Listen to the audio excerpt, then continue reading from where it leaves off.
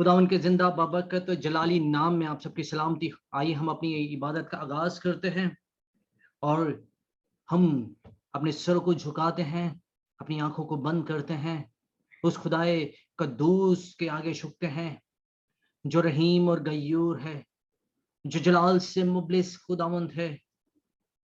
वो अब्दियत का बादशाह और सलामती का शहजादा है। उसका वादा है कि वो कभी हमें अकेला ना छोड़ेगा, अपनी रूह हमारे लिए भेजेगा ताकि वो हमारी रहनुमाई कर सके, ताकि वो हमारी हिफाजत कर सके। हम अपनी दुआओं को, इल्तिजाओं को खुदावंद के आगे रखते हैं क्योंकि उसका रूह जो है वो हमारी शिफायत करता है। हम पाक रूह को अपने दरमियान वेलकम करेंगे, खुशामदीद करेंगे, खुदावंद को अपने दरमियान वेलकम करेंगे ताकि जब हम खुदावंद की हजूरी को महसूस करें तो उसका रूह हमारे बीच हो और हम उसकी शुक्रगुजारी कर सकें। वही सजदों के लायक खुदावंद है, वही हमद के लायक खुदावंद है। उसका कान भारी नहीं कि वो सुन ना सके और उसके हाथ छोटे नहीं कि बचा ना सके। हम अपने आप को खाली करते हैं, हम दुनियावी सोचों को खत्म करते हैं और इस वक्त को, उसकी हजूरी को एंजॉय करते हैं, उसकी हजूरी की मौजूदगी को महसूस करते हैं और पूरी तरह अपने आप को खुदावंद के ताबे करते हैं। ऐ जिंदा और जलाली खुदावंद, ऐ रहम दिल मेहरबान खुदावंद, तहा दिल के गहराइयों से हम आपकी शुक्रगुजारी करते हैं कि आपने हमें ये खूबसूरत वक्त को अता किया कि हम मिलकर आपके नाम को जलाल दे सकें, आपकी जय जयकार कर सकें, क्योंकि आप खुदाए कद्दूस हो, आप रहम दिल हो, आप मेहरबान खुदावंद हो। ऐ रब्बुल फाज, आप हमेशा हमें संभाले रखते हो, हर वबा से, बीमारी से, परेशानी से जिंदा उस्मानी खुदावंद महफूज रखते हो। है जिंदा उस्मानी खुदावंद, इबादत के आगाज में जिंदा उस्मानी खुदावंद, हम रब्बुल फाज एक एक शख्स, एक एक फर्द को जो ऑनलाइन है और जो ऑनलाइन होने को है रब्बुल फाज, आपके कभी हाथों में देते हैं। है जिंदा उस्मानी खुदावंद, आज का कलाम, आज की बातें, आज की वर्शिप और आज का जिंदा उस्मानी खुदावंद दुआ करना हम सब के लिए बाइस से बरकत हो। एक एक शख्स को, एक एक फर्द को अपनी बरकत से भर देना। आज हम सीखें कि मसीही जिंदगी आखिर होती क्या है। आज हम सीखें कि मसीही जिंदगी अमल का नाम भी है। आज हम सीखें कि कैसे मसीह में जिया जाता है, कैसे मसीह में अपने आप को कायम रखा जा सकता है। रब्बुल फाज, हमारे जहनों को खोलिएगा, हमारे दिलों को नरम कीजिएगा, उस जमीन की मानिद जहां पे बीज बोया जाए और वो बड़े फूले और फल लाए। हम अपने आप को, अपनी सोचों को आपके कभी हाथों में देते हैं, अपने जलाल, अपनी कुदरत में रखिए। ये मांगते हैं आपके प्यारे बेटे खुदा यीशु मसीह के वसीला से, आमीन। हालेलुया। आइए हम बाजी शाजिया के साथ मिलकर जो है हम 227 का सिलसिला शुरू करेंगे।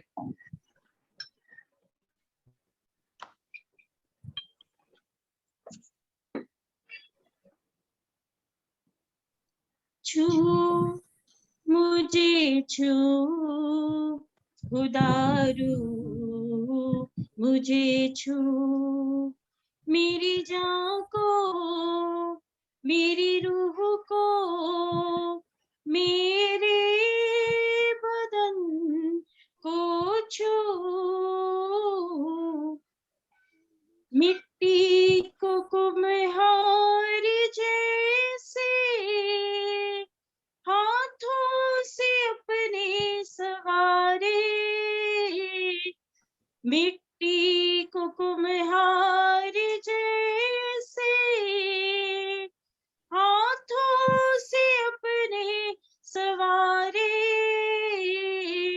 यूं ही कलामे खुदावन गूंधे हमें और निखारे। धो मुझे धो खुदारू, मुझे धो मेरी जान को, मेरी रूह को, मेरे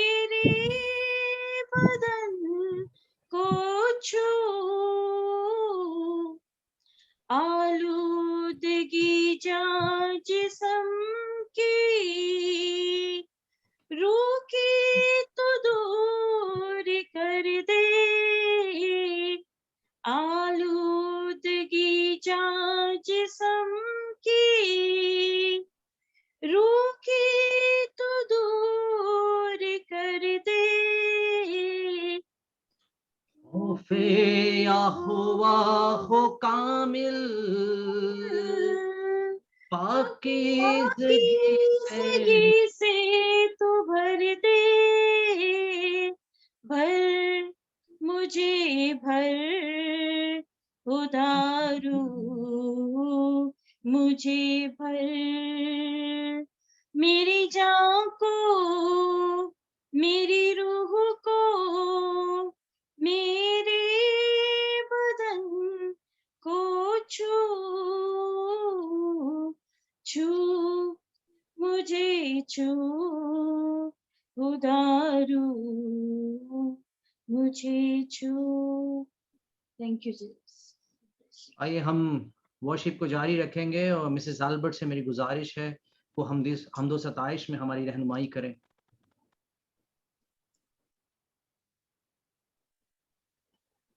Praise the Lord, everyone. Praise the Lord. Praise the Lord.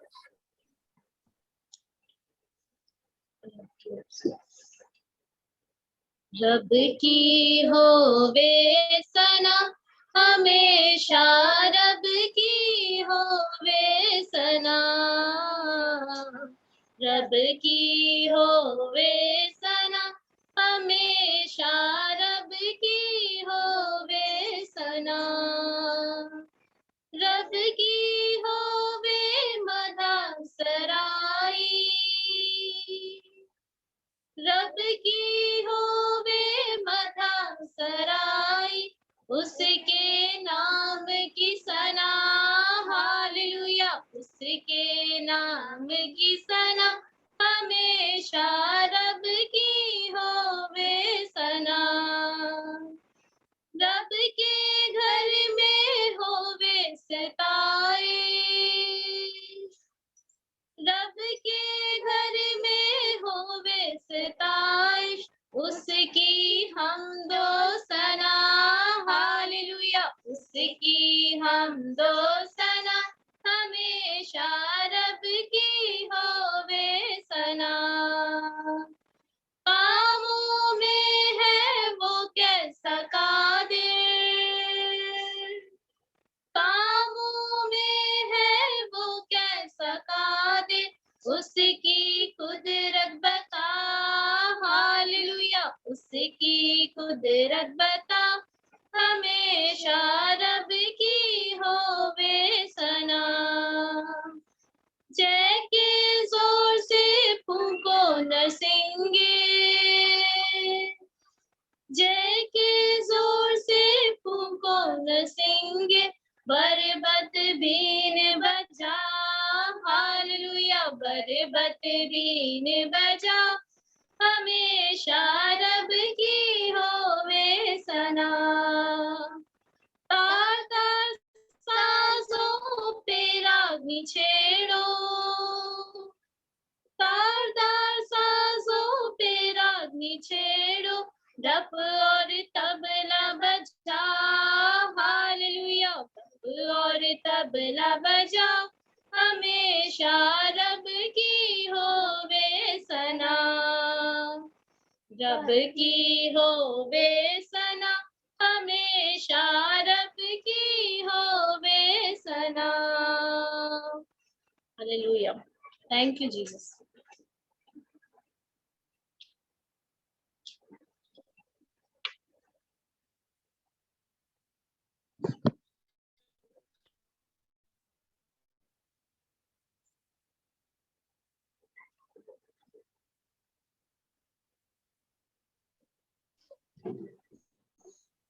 आइए जो भाई हम अनम्यूट कर लो। जो है बेटी माहिरा हमारे साथ है, आज बेटी की बर्थडे भी है, मैं चाहता हूं कि वो हमारे लिए ज़बूर 4 की तिलावत करे।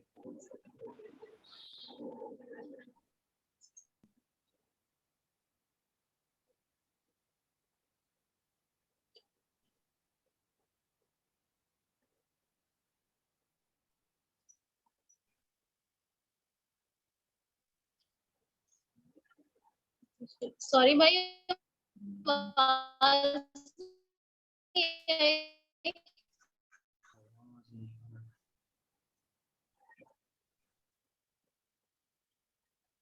हेलो, जी भाई आवाज नहीं आई आपकी। बेटी मायरा को बोले कि ज़बूर 4 की तलावत करें। ज़बूर 4 की तलावत। चलो आपको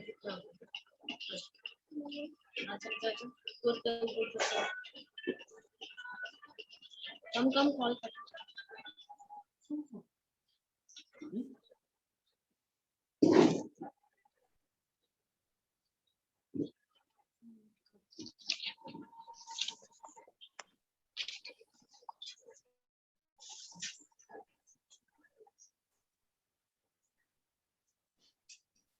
मेरे करीब आपको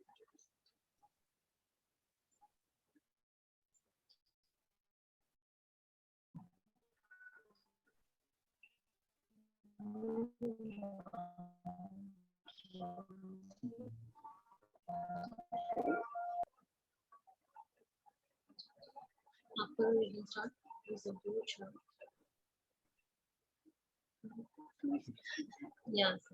इंग्लिश आवाज आ रही है आपकी? बेटा आप इंग्लिश में पढ़ लो, जी उर्दू में प्रॉब्लम। हाँ इंग्लिश में पढ़ लो। न्यू टेस्टामेंट नहीं होगा।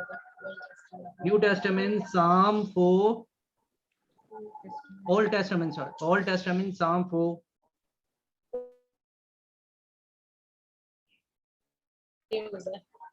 चल आप कोशिश करो, मैं आपकी हेल्प करती हूँ। चलो मीर माने के लिए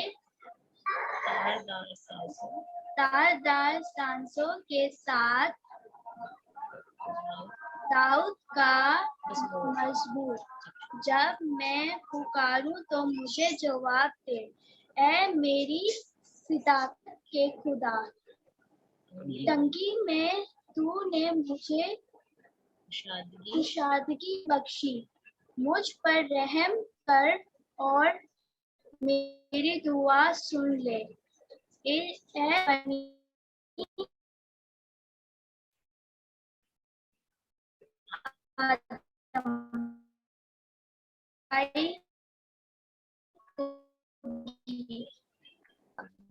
अदालत से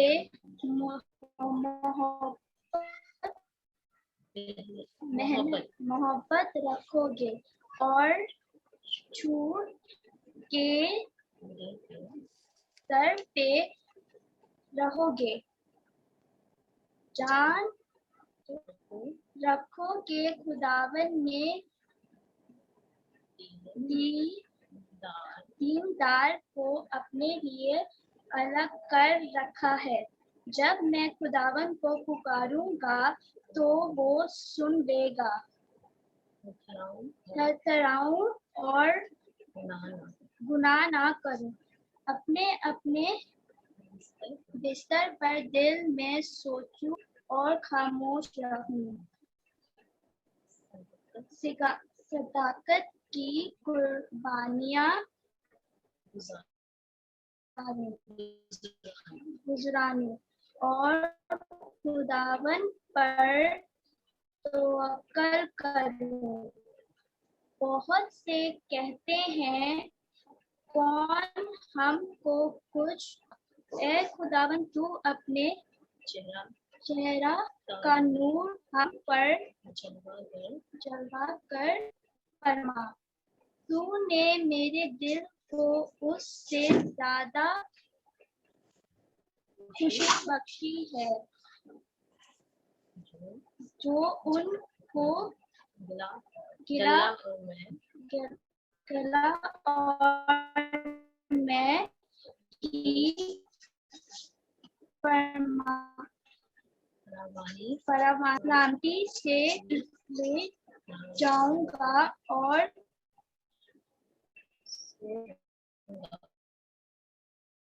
सो रहूंगा, क्योंकि ए खुदावन फकत तू ही मेरी मुझे मुतमईन रखता है। पापान के सुने पड़े जाने खुदावन की बरकत हो।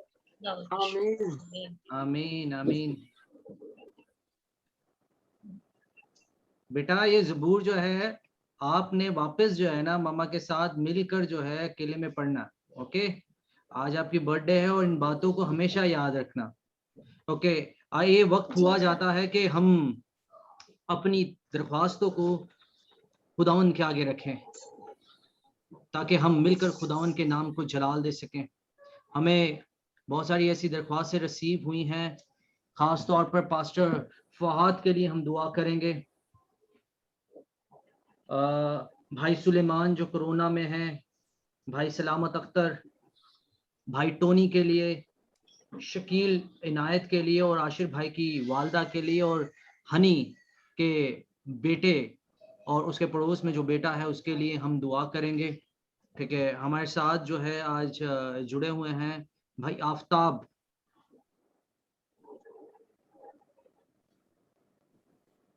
भाई आफ्ताब अब हमारे साथ जुड़े हुए हैं।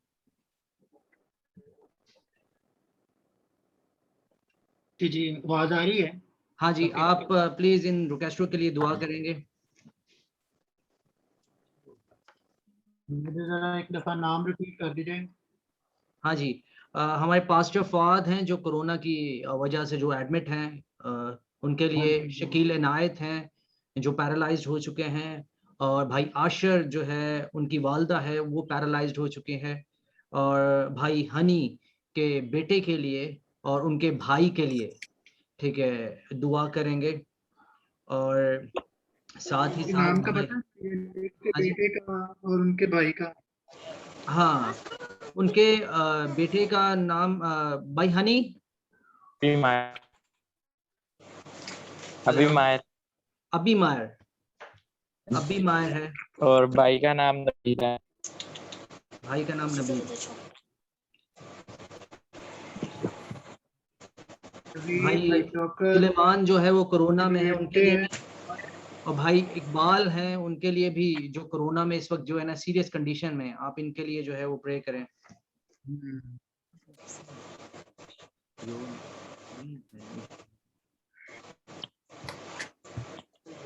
दुआ करते हैं।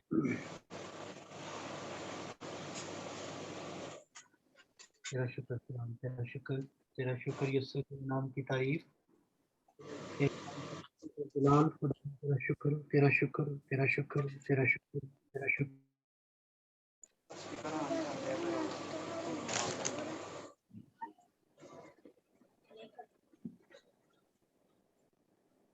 Yes Lord.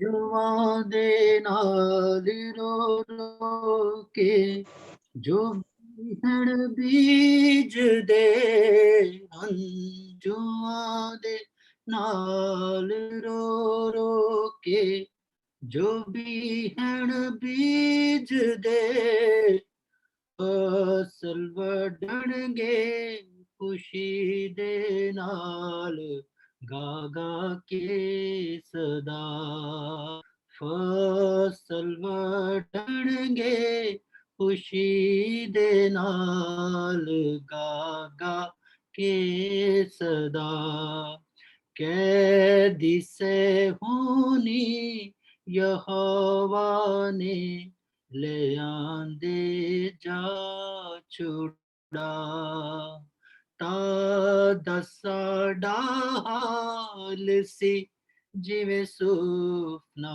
कोई वेखदा।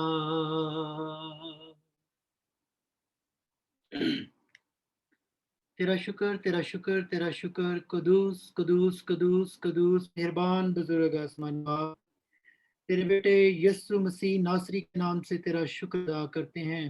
आए खुदावंद बुजुर्ग मुहीब आसमानी पिता, आए खुदावंद एलोहीम खुदा, आए बुजुर्ग जलाली आसमानी यहोवा पाक खुदा, आए ज़िबायूत खुदा, आए जलाली हशीम, मैं तेरे बच्चों को ऐ खुदावंद खुदा जमा करके तेरे पांव तले की चौकी के सामने लाता हूँ। यस्सु के नाम से तेरा दाना हाथ बढ़े और तू एक एक के साथ हो खुदावंद पाक खुदा, एक एक को बरकत दे यीशु के नाम से। खुदावंद पाक खुदा तू अपने बच्चों के साथ हो, इनकी सारी जरूरतों को पूरा कर। आए खुदावंद पाक खुदा, मैं तेरे बच्चों को, तेरे बेटे और बेटियों को खुदावंद खुदा जिनका नाम अभी दिया गया है, उन सबको है खुदावंद खुदा दिलेरी से तेरे फजल के तख्त के सामने लाता हूँ। ऐ खुदावन तेरा दाहिना हाथ बढ़े और तू उन्हें यीशु मसीह के नाम से नाम बनाम टच कर। ऐ खुदावन तेरा कलाम हमें बताता है कि तू तो आसमान के सितारों को नाम बनाम जानता है। खुदावंद तेरी तेरी हजूरी से ये बेटे और बेटियां किस तरह है खुदावंद खुदा बाहर जा सकते हैं यीशु के नाम से।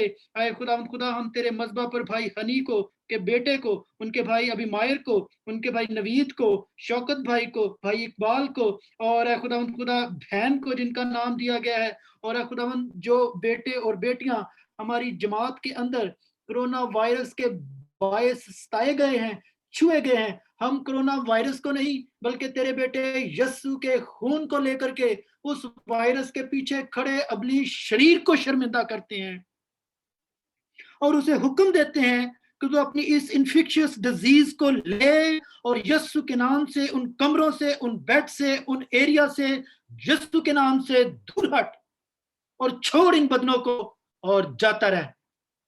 अय खुदावंद पाक खुदा, तूने कहा है सांपों और बिच्छुओं को कुचलो और दुश्मन की सारी कुदरत पर गालिब आओ। मैं तेरे बेटे यस्सु के नाम से ऐ खुदावंद खुदा तेरी बेटियों को, तेरे बच्चों को, ऐ खुदावंद खुदा जो हमारे ग्रुप से बाहर भी हैं और हनूज कोरोना वायरस से सताए जा रहे हैं, तकलीफ उठा रहे हैं, खुदावंद इंडिया के अंदर खास तौर पे यस्सु के नाम से पाकिस्तान के अंदर और सहार चर्च से बिलोंग करने वाले भाइयों को खुदावंद खुदा जिनके नाम दिए गए हैं यस्सु के नाम से, उन सबको मैं तेरे बेटे यस्सु के नाम से हुक्म देता हूं कि उनके जिस्म में मौजूद और खून में दौड़ने वाला हर तरह का वायरस यस्सु के नाम से तुझे हुक्म देता हूं तेरे बच्चों के साथ मिलके।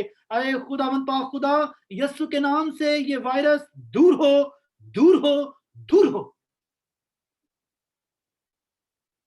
आए हर तरह की दर्द और तकलीफ, आए हर तरह के हार्ट अटैक, आए हर तरह के अस्थमा के प्रॉब्लम और जो ब्रेथ की प्रॉब्लम है कोरोना वायरस के बायस, तुझे हुक्म देते हैं यस्सु के नाम से। और मैं जिसे यस्सु मसीह ने खुद इख्तियार दिया है इस कलाम की रोशनी में, मैं यस्सु के इख्तियार को लिए हुए आगे बढ़ता हूं और हुक्म देता हूं हर तरह की ब्रेथलेसनेस यस्सु के नाम से दूर हटे, दूर हटे और बच्चे आजाद किए जाएं। बच्चे जिनके लिए खून बहाया गया है, जिनके लिए रोटी पहुंचाई गई है, यस्सु के नाम से वो फिर दोबारा अपने कदमों पर खड़े हों और शरीर को शर्मिंदा करें और दुनिया के लिए गवाही ठहरें। मैं तेरा शुक्र अदा करता हूँ खुदावंद पाक खुदा। यहाँ पर तेरे बहुत सारे खादमीन हैं जो दिन रात है खुदावंद पैरों को उठ उठ के तेरी इबादत करते हैं, तेरे नाम पर दम दम देते हैं खुदावंद पाक खुदा। यस्सु के नाम से तू हमारी फरियादों को सुन। ऐ खुदावंद खुदा, जब तेरे बच्चों ने तुझे तेरे नाम से पुकारा है, तुझे यस्सु नाम से पुकारा है, इब्ने दाऊद कह के है खुदावंद खुदा तुझे आवाज दी है, तो तेरे कदम रुके हैं, तूने पलट के देखा है और तू उन तक पहुंचा है। यस्सु के नाम से है खुदा बाप, हम भी तेरे तेरे शहजादे को उसके जलाली नाम से पुकारते हैं। आए इस्राएल के कदूस, मेरे बहनों भाइयों की फरियाद को सुन। आए इब्ने दाऊद, यस्सु मसीह नासरी, इन बच्चों पर रहम कर जिनके नाम तेरे खादम की जुबान से सादर हो चुके हैं। आए खुदावंद पाक खुदा, तूने कहा है मांग तो मैं कौमों को तेरी मिरास कर दूंगा और जमीन के इंतहाई हिस्से तेरी मलकियत और मिरास के अंदर दे दूंगा। ऐ खुदावंद खुदा, हम तेरे हुजूर अपने बहनों और भाइयों की कामिल शिफा को मांगते हैं। यस्सु के नाम से कोई बुरी चीज नहीं है खुदावंद खुदा, हम उनकी शिफा याबी के लिए तेरे हुजूर सरनगू हैं अपने बेटे के नाम के फरियाद के सदके, जिसने ये हमसे कह रखा है कि जो कुछ मेरे बाप से मांगोगे तुम्हारे लिए हो जाएगा। उसी नाम के सदके, यस्सु मसीह नासरी नाम के सदके, भाई शौकत के बच्चों को, खुदावंद भाई इकबाल को, हमारी बहन को और बाकी लोग जो हैं खुदावंद खुदा जिनकी रिक्वेस्ट पहुंची है, उनको आजाद कर, उठा खड़ा कर और बरकत दे। खुदावंद तेरा शुक्र बजा लाता हूं, तेरा शुक्र बजा लाता हूं। ऐ खुदावंद पाक खुदा, जो भी दरखास्तें पहुंचाई गई हैं, हम कौन है खुदावंद खुदा और हमारी क्या हैसियत है। हमारी जेब में तो किसी को देने के लिए चंद रुपए तक नहीं है खुदावंद, हम किसी को क्या दे सकते हैं। लेकिन खुदावंद तूने ये इख्तियार दिया हुआ है, तूने ही हमें ये कहा हुआ है कि जो कुछ तुम मेरे नाम से चाहोगे ऐसा होगा। तो अब है खुदावंद, ये वक्त है कि मैं अकेला नहीं हूं, 2 नहीं है, 3 नहीं है खुदावंद, यहाँ पर तेरी पूरी जमात है। तेरे कलाम के मुताबिक यहाँ पर 10 नहीं बल्कि 10 से ज्यादा हैं। ये जमात है खुदावंद खुदा, तेरे हुजूर ये कलीसिया है जो सर झुका के खड़ी है। अपने कलाम को सच साबित कर खुदावंद। हम ए खुदावंद तेरे बोल को तेरे ही सामने रखते हैं यीशु के नाम से, और इन मुर्दा शख्सों को भी रखते हैं खुदावंद, जो तकलीफ में, जो परेशानी में, जिनके खानदान ए खुदावंद खुदा मस्तरब हैं और बिलाशुबा वो गमजदा हैं। ए खुदावंद खुदा, तेरे बच्चे बनी इसराइल जब तेरे हुजूर आकर रोते थे, आंसू बहाते थे, तो उनके तू बड़े से बड़े गुनाह माफ करता था और उनको आजाद करता था। आज मेरी कौम पर भी रहम फरमा, क्योंकि ए खुदावंद उनकी खातिर मैं तेरे हुजूर आंसू बहा देता हूँ। अगर तुझे आंसुओं से इतना प्यार है खुदा, तू आंसुओं की दुआओं को सुनता है, तो मैं तेरे बच्चों के लिए आंसू भी बहाता हूँ खुदा। इनको आजाद कर। ये मुझे नहीं कहा गया, ये तेरे बेटे यासर को नहीं कहा गया खुदा, ये तुझे पुकारा गया है उसी अंधे की तरह जिसने तुझे आवाज दी थी, अपने दाऊद मुझ पर रहम। खुदा पाक, खुदा तेरे बच्चों, खुदा तेरी जरूरत है, उनकी आवाज है खुदावंद खुदा हम तक पहुंची है कि हम तेरे मज़बा पर उसकी आवाज को रखें। तो यीशु के नाम से है खुदावंद खुदा, तो इस दुआ के वसीले, आज शाम की इस दुआ के वसीले से अपने बुजुर्ग और जलाली नाम को इज्जत और जलाल देना, क्योंकि फरियाद तेरे बेटे यीशु के नाम से मांगी जाती है। आमीन।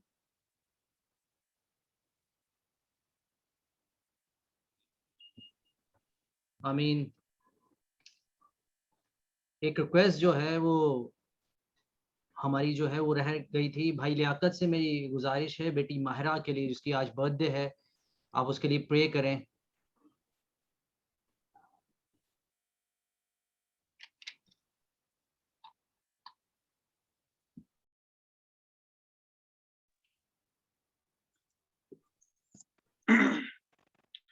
कदूस कदूस मेहरबान खुदा बहरबर के खालिक और मालिक, जिंदा जवेद बुजुर्ग आसमानी पिता रब्बुल फाज, दिल की गहराइयों से शुक्रिया अदा करते हैं, खासतौर पर खुदा इस नेमत के लिए, इस औलाद के लिए रब्बुल फाज, हमारी बेटी के लिए रब्बुल फाज, मैं दिल की गहराइयों से शुक्रिया अदा करता हूँ। बेटी मायरा को खुदा तेरे खून में छुपा देता हूँ। बाप आसमानी, ये मिरास है खुदा, ये तेरी तरफ से पेट का फल है खुदा, मैं शुक्रिया अदा करता हूँ। बाप आसमानी, हमने बेटी को बहुत खुदा तेरी खिदमत में देखा, मैं शुक्रिया अदा करता हूँ। अब तक खुदा तूने खूब मुहावजत की बेटी की। खुदा बेटी के आने वाले सालों को, आने वाले अय्याम को खुदा तेरी हजूरी में रख देता हूँ। खुदा बेटी वालिदैन के लिए, हम सब के लिए बाइस बरकत ठहरे, फखर का बाइस बने खुदा। उसके चाल चलन को अपनी पाक हजूरी में रखिएगा खुदा। उसका बोल चाल, उसकी एजुकेशन, सब खुदा तेरी पाक हजूरी में रख देते हैं। हमारा ईमान है खुदा कि जैसे बेटी कदो कामत में बढ़ेगी, तेरे इरफान और जलाल में ऐसे ही बढ़ती चली जाएगी खुदा। पेरेंट्स को खूब खुदा ब्रोमन और तरक्की याफ्ता कीजिएगा, ताकि रब्बुल फाज उसके तमाम तर जो जिंदगी के तमाम अखराजात हैं पढ़ाई पर, वो सारे खुदा वो कर सकें बेहतरीन। बेटी को खास तौर पर खुदा एक बार फिर तेरे बेटे के लहू में छुपा देता हूँ, और पूरे ईमान के साथ हम सब मिलकर खुदा उस बेटी के लिए दुआ करते हैं, क्योंकि हमारा ईमान है कि खुदा तूने बेटी को एक नया साल बख्शा, नई कुव्वत, नया जोश खुदा बख्श दिया। तेरा शुक्रिया अदा करते हैं खुदा। तंदुरुस्ती की हालत में आज बेटी है, आने वाले सालों में, आने वाले दिनों में खुदा वो खूब बड़े, खूब ब्रोमंद हो खुदा। हर लिहाज से खुदा बेहतरीन चाल चलन उसकी जिंदगी का रहे, माँ बाप के लिए बाइस से बरकत और खुदा इज्जत का बाइस ठहरे। बेशक खुदा ये सब कुछ मांगता हूँ आपके प्यारे बेटे अपने खुदा यीशु मसीह के नाम से, आमीन। आमीन आमीन।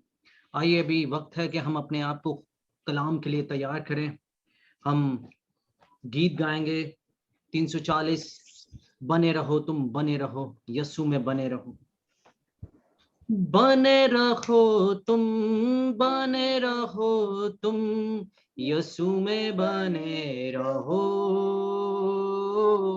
यसु में बने रहो। रू में गाओ, रू में झूमो, रू में गाओ, रू में झूमो, यसु में बने रहो, यसु में बने रहो।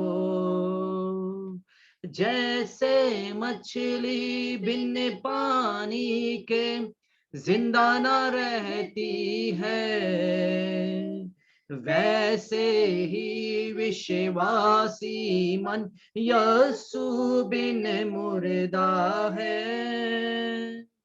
जैसे मछली बिन पानी के जिंदा न रहती है, वैसे ही विश्वासी मन यसु बिन मुर्दा है। कसरत की जिंदगी पाने को, कसरत की जिंदगी पाने को, यसु में बने रहो,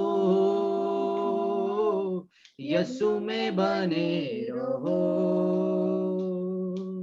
रू में गाओ, रू में झूमो, रू में गाओ, रू में झूमो, यसु में बने रहो,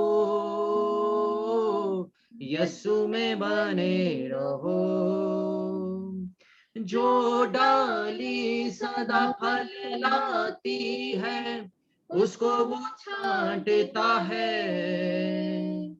प्यार खुदा जिससे करता है, उसको वो डांटता है। जो डाली सदा फल लाती है, उसको वो डांटता है।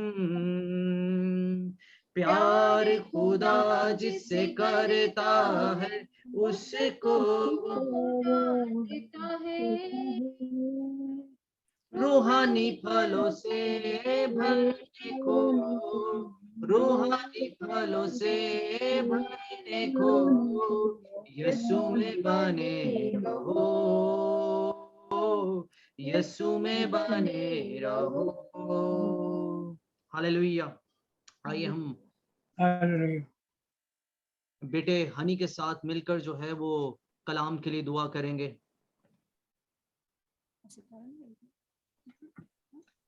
कुदूस कुदूस मेहरबान जिंदा रब्बुल फाज के खुदा, आप शुक्र अदा करते हैं अता किया कि हम आपके लोगों के साथ मिलकर खुदा आपकी हजूरी में दोबारा आए हैं। खुदावंद खुदा, वो खुदावंद खुदा खुराक जो आपने हमारे लिए रखी हो खुदावंद खुदा, आज हम रिसीव करने को है खुदावंद खुदा। ये कलाम जो खुदावंद आप हमारी जिंदगियों में आज दें खुदावंद, जो हमारी जिंदगियों में खुदावंद ढेर फल लेकर आए हैं खुदावंद। आपके बेटे को जो खुदावंद आज का कलाम लेकर आया होने वाला हो खुदावंद खुदा, जो भी कलाम करे खुदावंद खुदा, वो आपकी मर्जी के मुताबिक हो खुदावंद। और ये बीज, ये फल हमारी जिंदगी में खुदावंद खुदा ढेर गुना फल लाए खुदावंद खुदा। यो आपा खुदावंद ये गहरी ज़मीन में गिरे और 100 गुना 1000 गुना फल लेकर आए खुदा। सूब को खुदावंद आपके हाथों में देते हैं खुदावंद। अपने बेटे की मदद और हिफाजत करें खुदावंद, उसे अपने अल्फाज अता फरमाएं। आमीन। आमीन। हम खुदा उनके बंदा, खुदा उनके खादम भाई पीटर को जो है वेलकम करते हैं कि वो खुदावन का कलाम जो है हम तक लेके आए।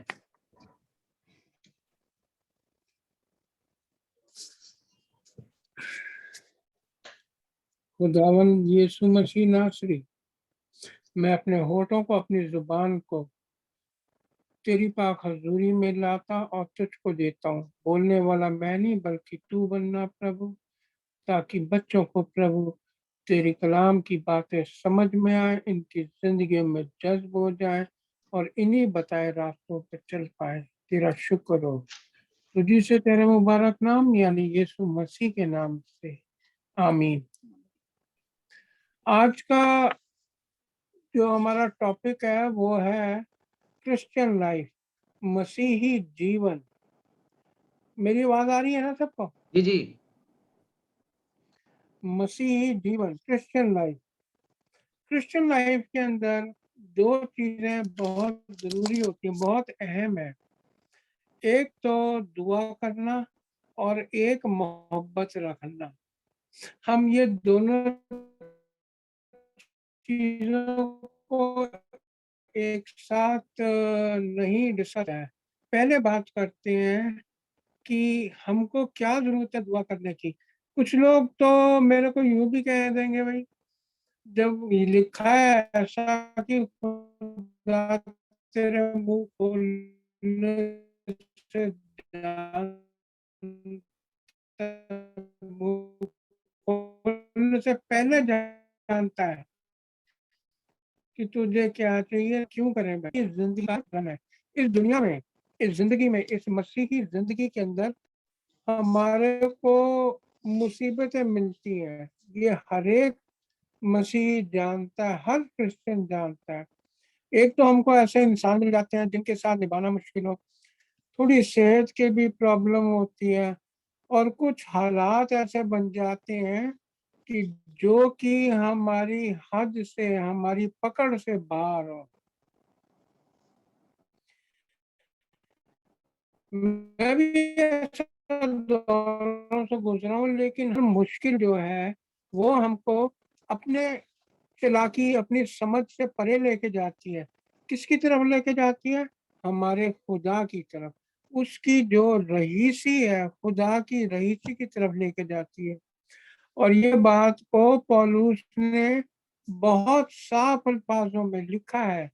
अगर आप पढ़ें दूसरा थिस्सलुनीकियों उसकी 1 बाब की 11 और 12, सेकेंड थिस्सलुनीकियंस chapter 1 verse 11 and 12।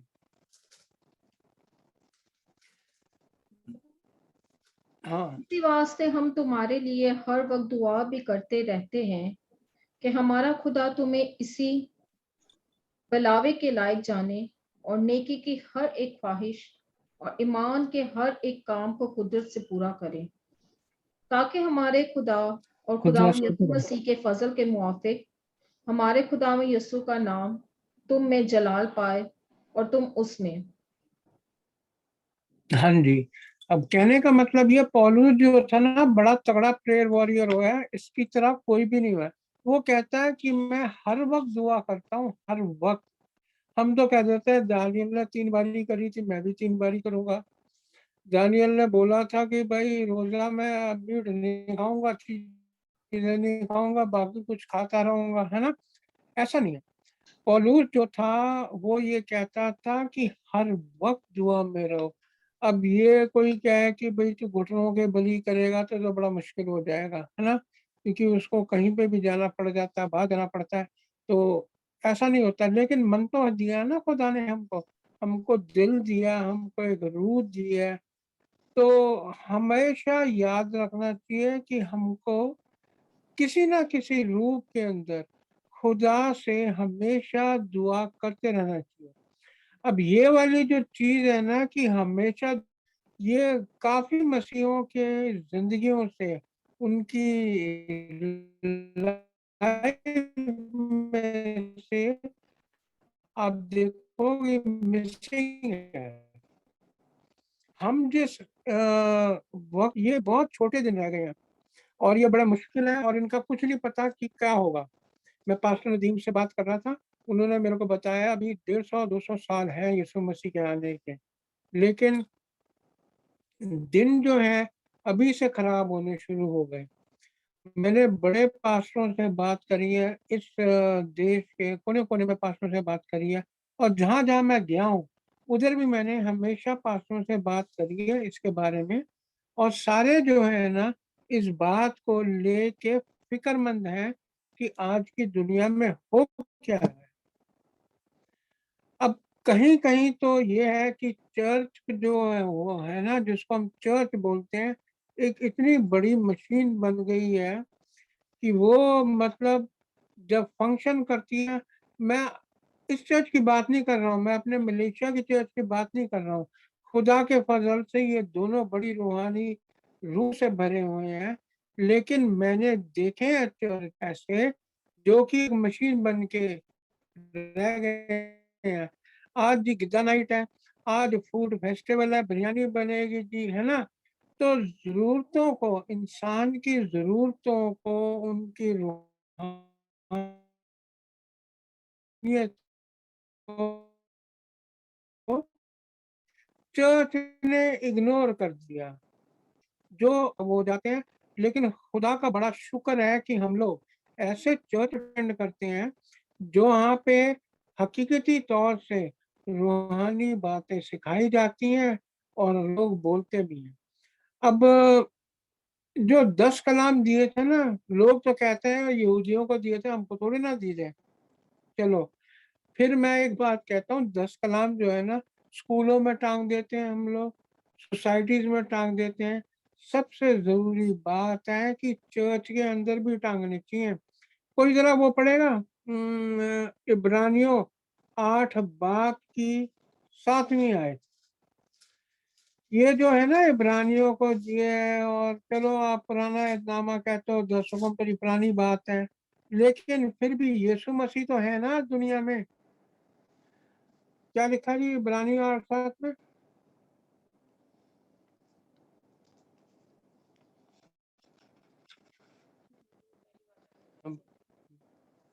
पढ़। इब्रानियों क्योंकि यदि इब्रानियों की 8 बाब की 7वीं आयत ये पढ़ रही है। क्योंकि यदि वो पहली वाचा निर्दोष होती तो दूसरी के लिए अवसर ना ढूंढा जाता, पर उन पर दोष लगाकर कहता है, प्रभु कहता है, देखो वे दिन आते हैं कि मैं इजराइल के घराने के साथ और यहूदा के घराने के साथ नई वाचा बांधूंगा। हाँ, मैं पढ़ूं? इसका मतलब पता क्या है कि आजकल खुदा ने सभी को मौका दिया है कि नई वाचा बांध दे, सब नई वाचा बांधे। हमको ये नहीं सोचना चाहिए 10 हुक्म जो थे हमारे लिए नहीं थे, वो तो पुराने ऐतनामे का हिस्सा नहीं। ये हमारे उसके अंदर यीशु मसीह क्यों आया? ये पूरी जो कमांडमेंट्स थी उनको पूरा करने आया ना। जो जो पुराने ऐतनामे में लिखा गया है वो पूरा करने आया। खुदा की तबीयत ये थी, तूने गुनाह किया, तू तो गया, तू तो मरा ही मरा। अब खुदा ने ऐसे तो बोल दिया, अब उसको ये है कि एक बारी तो मैं पानी में डुबो के मार चुका हूँ नूह के टाइम में, अब ये फिर ऐसे गुनाही करे जा रहे हैं, तो ये तो मेरी तो सारी बनाई हुई रचना, पूरी कायनात ही दोबारा खत्म करनी पड़ेगी। तो उसने मौका दिया इंसानियत को कि वो अपने बेटे को भेज दिए ताकि उसके वसीले से लोग बचे जाएं। ये क्यों हो रहा है आजकल, जो मुसीबत आ रही है क्यों हो रहा है? क्योंकि सारी बात ये है कि हम लोगों को माँ बाप ने तो सिखाया कि जीने का सलीका क्या होना चाहिए, एक मसीही चाल चलन कैसा होना चाहिए, एक मसीही जिंदगी कैसी होनी चाहिए। लेकिन ना आजकल के जो क्रिश्चियन हैं वो जरा थोड़ा सा भटक जाते हैं। क्रिसमस आया, लिया भाई बोतल, लिया गिलास, लिया बर्फ, लिया, सेलिब्रेट करिए। तो जी शैतान के प्याले उठा लिए, दोस्तों से गए, वो तेरा क्रिसमस है पार्टी दे दे, चलो जी वही सिलसिला शुरू हो गया। नहीं, ये सब चीजें नहीं है। हमारे को दुआ करना एक बहुत जरूरी काम है, जो हमारे माँ बाप ने भी बोला, खुदा कहता है, यीशु मसीह कहता है, पौलुस कहता है। अब बात यह है कि दुआ होती क्या चीज है ना। ये नहीं होता बरकत दे मैनू गड्डी दे दे, हैं, मैनू पैसे दे दे, सोनी जी बीवी दे दे। ये नहीं है दुआ। दुआ एक ऐसी बात है जो सीधी दिल से निकलती है। जैसे देखो भाई साहब के आंसू निकल आए, एक मतलब डिलिबरेट कांटेक्ट होता है, मतलब कि एक जानबूझ के हमारा दिल जो है खुदा के साथ एक रिश्ता बनाता है। वो एक किस्म का डिसिप्लिन है। वो आप देखो आपके चर्च के अंदर होता है, कि वो प्रेस करते हैं, हम गीत गाते हैं, प्रेस करते हैं, वर्शिप करते हैं, उनका इकरार करते हैं। कल भी हमने करा था कि भैया ऐसा हो नहीं सकता कि हमसे आज के दिन गुनाह नहीं हुआ है, ये हमने कर। फिर हम मदद मांगते हैं। दुआ ये भी है मांगना, और हमारी जरूरतों को कहना, ये भी एक दुआ है। और गुजारी भी बात है, दूसरों के लिए दुआ करना। दुआ के जरिए हम लोग क्या हासिल करते हैं? हम खुदा की नजदीकी को महसूस करते हैं और हासिल करते हैं। अगर 1 मिनट ये भी पढ़ेंगे, पहले थिस्सलुनीयों की 5:17।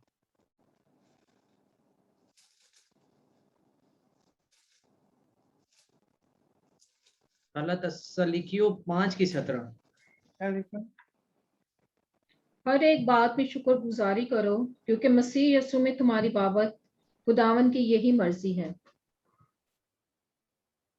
हाँ, हर एक बात में शुक्रगुजारी करना चाहिए। मैं ये कहता हूँ कि बिना शुक्रगुजारी के हमारी कोई भी दुआ वैलिड नहीं है। वो इतनी ज्यादा जरूरी है शुक्रगुजारी की, मतलब दुआ पूरी नहीं होती जब तक कि हम शुक्रगुजारी ना करें। अब ये क्यों जरूरी है? क्योंकि ये जो है हमारे सोचने के रवैये को बदल देती है दुआ। हमारे दिलों के अंदर जो हमारे खौफ है ना, एंजाइटीज है, उनको आराम देती है, इत्मीनान देती है। हमारी तमाम मुश्किलों को, जो वजन है, भार है, वो खुदा के हाथ में दे देती है। क्योंकि देखो ये जरूरी बात है कि हम सब अपने, वो तो खुद कहता है कि मेरा जुआ हल्का है ना, अपनी सारी मुश्किलें मेरे को दे दो। कहने का मतलब ये है कि दुआ के वसीले से ही हम अपनी जितनी मुश्किलें हैं खुदा के हाथ में देते हैं और अपने दिन से मोहब्बत करते हैं। उनकी भी मुश्किलों को हम खुदा के हाथ में देते हैं। 1 मिनट जरा वो निकालें, मत्ती की इंजील उसका 5वां बाब।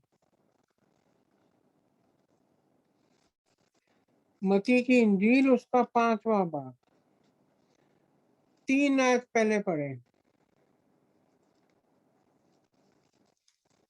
मुबारक है वो जो दिल के गरीब हैं, क्योंकि आसमान की बादशाही उन्हीं की है। मुबारक है और जो दिल के करीब है, खुदा की बादशाहत उन्हीं की है।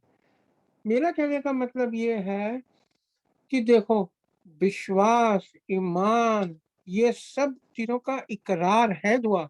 दुआ यही नहीं है मैनू आ दे दे मैनू वो दे दे, हाँ वही नहीं है। ये एक ईमान है, शुक्रगुजारी है ये। और हम लोगों को जो हमारी बुलाहट है, खुदा ने हमको बुलाया है ना, हमारे को हर एक को एक बुलाहट दी है। वो चीज बड़ी साफ लिखी हुई है। इफ्सियों की निकालना अपनी, उसके 4 बाब की 1 आयत। इफ्सियों की पत्री उसका 4 बाब और उसकी पहली आयत।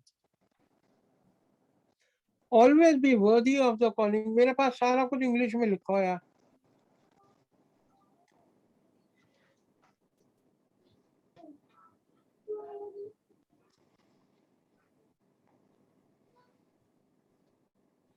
उसमें लिखा है, बस मैं जो खुदावन में कैद हूँ तुमसे इल्तमास करता हूँ कि जिस बुलावे से तुम बुलाए गए थे उसको जानो। इसका मतलब उसको जानो। अब देखो, खुदा ने हमारे को मसीह बना दिया, हम अपनी मर्जी से बने नहीं। तो ये हर एक मानेगा, हर इंसान मानेगा जो मसीह में विश्वास करता है कि हम अपनी मर्जी से नहीं बने। उसी ने हमको चुना है, उसी ने हमको मसीह बनाया, उसी ने हमको जिंदगी दी है जिसको हम कहते हैं क्रिश्चियन लाइफ। हमको उस बुलाहट को जाना चाहिए। मतलब अब मैं यूं कहूँ कि मैं खुदा से दुआ यही करता रहूं। अब पौलुस को चलो छोड़ो, पलूस भी इस बात को करता था कि वो ये नहीं कहता था यार मेरे साथ ये तो समस्या होगी, मेरे साथ ये तकलीफ हो गया। 3 बारी तो उसका पानी का जहाज डूबते डूबते बच गया। फिर वो घास उठाने लगा, स्ट्रॉ उठाने लगा, सांप हाथ में पड़ गया। उसने नहीं खुदा को बोला कि जी मेरे साथ ऐसा क्यों हो रहा है। ना उनसे उसने इन चीजों से उसकी कभी भी मतलब रिहाई मांगी। वो तो खुदा से, खुदा का ईमान लेके, विश्वास लेके चलता ही गया। अब ये जो बुलाहट थी ना उसकी, वो जो है वैसी ही बुलाहट हर मसीही जीवन के अंदर, हर मसीह को मानने वाली होनी चाहिए। अब मेरा कहने का मतलब यहाँ पे है, अब जैसे यासर भाई, वो कितने लोगों की मदद कर जाते हैं जाने अनजाने में, किसी को पता हो नहीं पता हो मदद करते हैं। पौलुस भी ऐसा था। अब इसका मतलब ये नहीं होया कि हम अपने आप को तकलीफ दिए जाए, हम लोग एक पायदान की तरह बन जाए। खुदा ये हमसे नहीं मांगता, लेकिन इतना जरूर मांगता है कि हम कुछ भी हो हमेशा दूसरों के लिए भी दुआ करते रहें। अब मेरा कहने का मतलब ये है कि जो दुआ है ना वो हमारे इर्द गिर्द ही नहीं घूमनी चाहिए। इसका ताल्लुक सिर्फ हमसे नहीं होता, इसका ताल्लुक जो है वो विश्वास से होता जो दूसरों के लिए होता।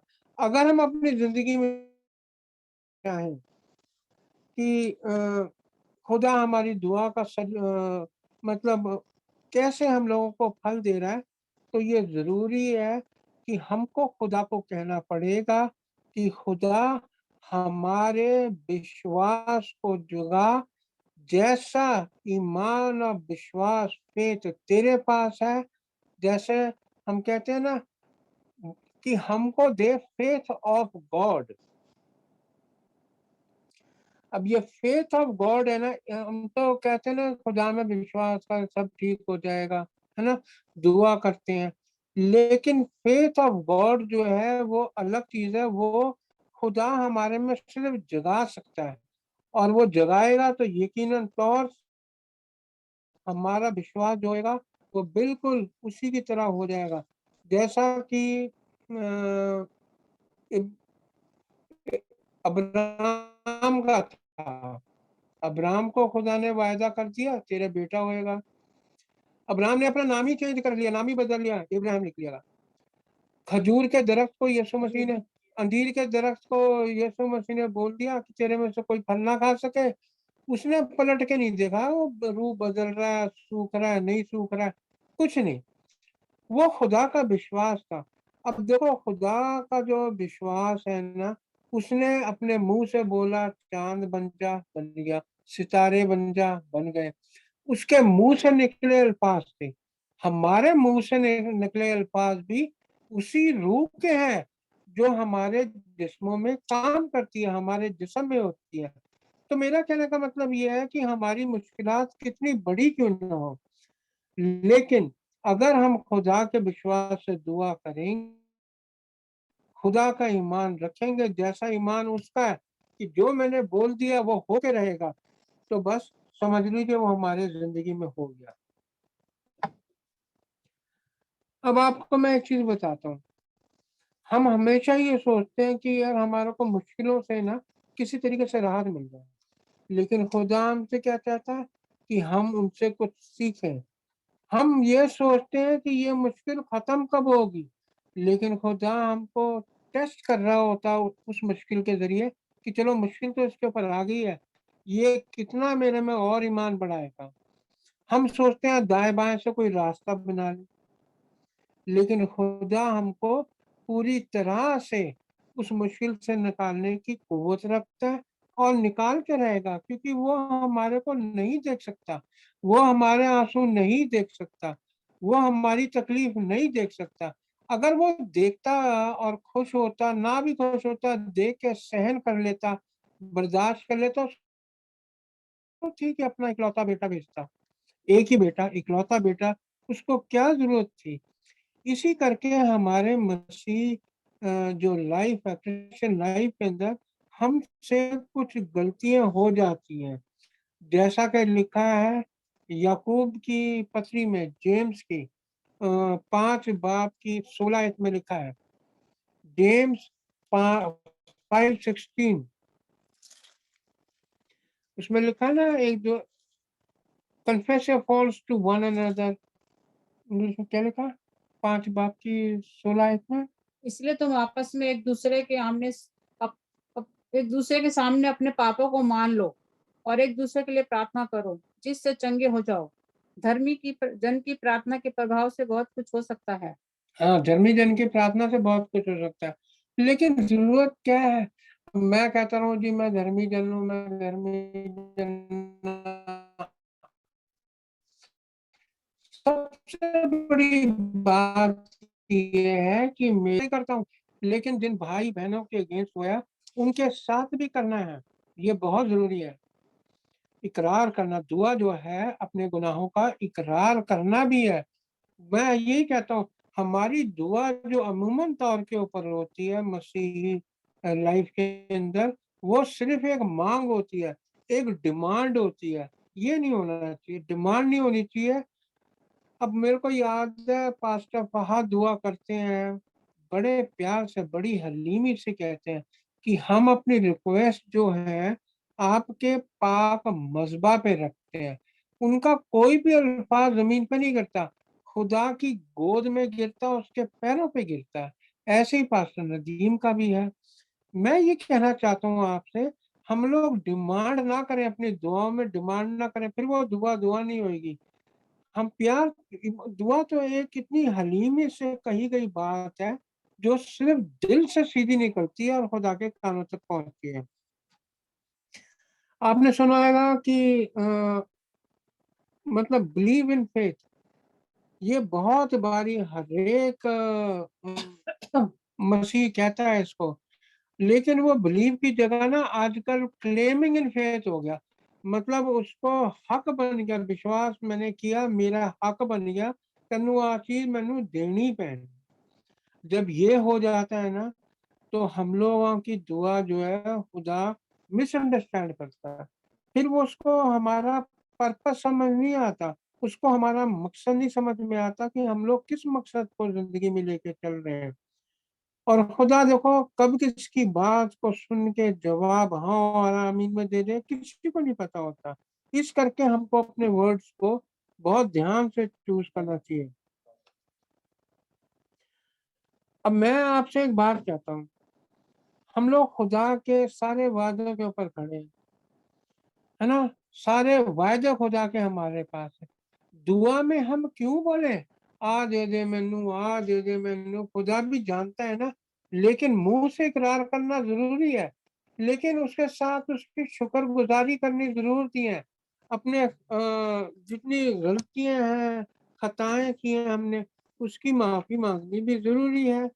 इसी करके ना जब चर्च के अंदर कोई बीमार हो जाता है तो उनकी जिंदगी के लिए एक चर्च प्रे करता है, जैसे आज हम लोग कर रहे हैं। और जो दुआ है वो बहुत रंग लाती है, क्योंकि हम लोग अपनी दुआओं को प्रभु के पाक कदमों में रखते हैं, हक के साथ नहीं। खुदा ने तो हमको हक दिया ही होया अपनी मोहब्बत का, उसने हमको वायदे दे रखे हैं, लेकिन अगर यही हम बड़े हलीमी के साथ उससे करें तो वो जो है असर जल्दी लेके आती है। अब एक बाइबल का स्कॉलर था, वो ये क्या था, उसने स्टडी करी 667 660 दुआएं हुई है बाइबल में, पूरी बाइबल में उसने 454 दुआओं का जवाब मिला। इसके मतलब 3 में से 2 दुआ का जवाब मिला। क्यों? ये खुदा की मर्जी को नहीं रखा गया। दुआ करना हमारा फर्ज बनता है, ये एक इबादत है जो हमने खुदा से करनी है और उसकी शुक्रगुजारी करनी है। कुछ लोग तो दुआ करने के बाद थक जाते हैं, इंतजार कर रहे हैं सुनी गई नहीं सुनी गई। हम लोग खुदा की मर्जी जानने की कोशिश नहीं करते हैं, कभी नहीं करते। हम लोग बस अपनी दुआ को रखा और चाहते हैं फट देने की पूरी हो जाए, और ऐसा नहीं होता, बहुत बारी नहीं होता। फिर हम उसके जो मौजा होता है उसका इंतजार करते हैं, जब नहीं होता फिर हम लोग फ्रस्ट्रेट हो जाते हैं, फिर हम लोग परेशान हो जाते हैं। और उससे क्या होता है, बहुत मसीही लोग अपना मसीही जीवन छोड़ के वो चले जाते हैं जादू टोनों के पास, ताबीज बनाने वालों के पास और ये जादू मंत्र करनों के पास। ये इसीलिए जाते हैं क्योंकि उन्होंने ओवर एक्सपेक्ट कर लिया और अपनी दुआ का इमीडिएटली खुदा से रिजल्ट मांग लिया।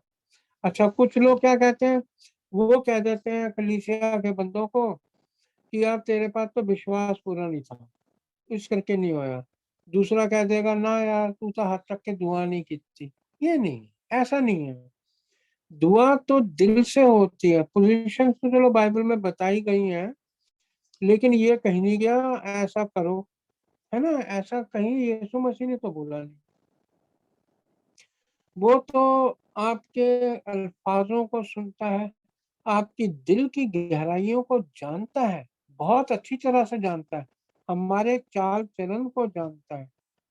तो हमको इस बात में विश्वास नहीं, मतलब हमको विश्वास में, अपने विश्वास में विश्वास नहीं करना चाहिए, बल्कि हमको खुदा की मोहब्बत पे विश्वास करना चाहिए, ईमान रखना चाहिए खुदा के मोहब्बत पे। अपने ईमान पे ईमान नहीं रखना चाहिए कभी भी दुआ करते हुए।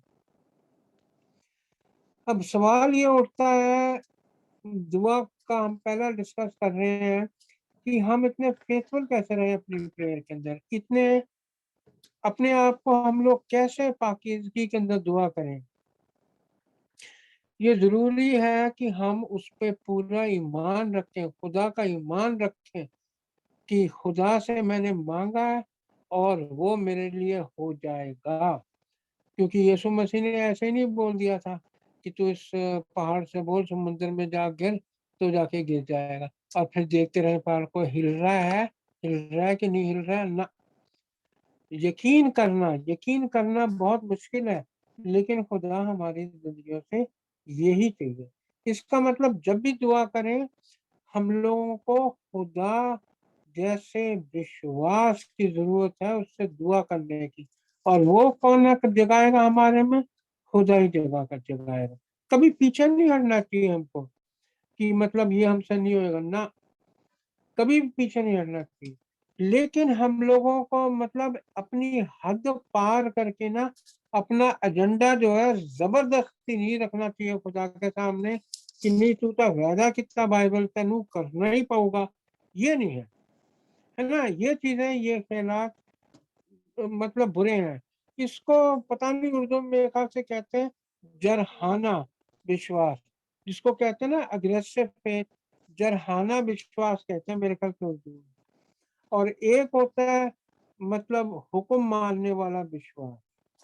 तो जो मैं ये कहना चाहता हूँ आपको वो ये है कि दुआ के वसीले से भी हमारे खुदावंद यीशु मसीह का नाम हमारी जिंदगियों के अंदर हमेशा महिमा पानी चाहिए, उसको हमेशा महिमा पानी चाहिए। और जो देखो, जो मसीही जीवन है ना उसके अंदर क्राइस्ट की रेपुटेशन का सवाल उठ जाता है। हमारे दोस्तों में जिनसे हम मोहब्बत रखते हैं उनके अंदर कि मतलब लोग देखते हैं कि हम लोग कैसे चाल चलन में जी रहे हैं, हमारा रवैया दुनिया की तरफ कैसा है।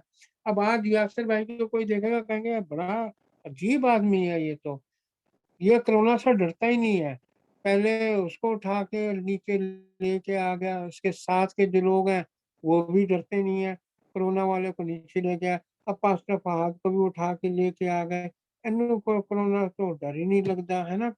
ये मतलब अपनी जिंदगी के साथ खेल रहा है। ये ऐसा नहीं है, ये खुदा जानता है कि खुदा हमसे ये चाहता है कि ये दुआ तो करता है, लेकिन अपने हाथों से दूसरों की खुदा की मर्जी को भी पूरा करता है।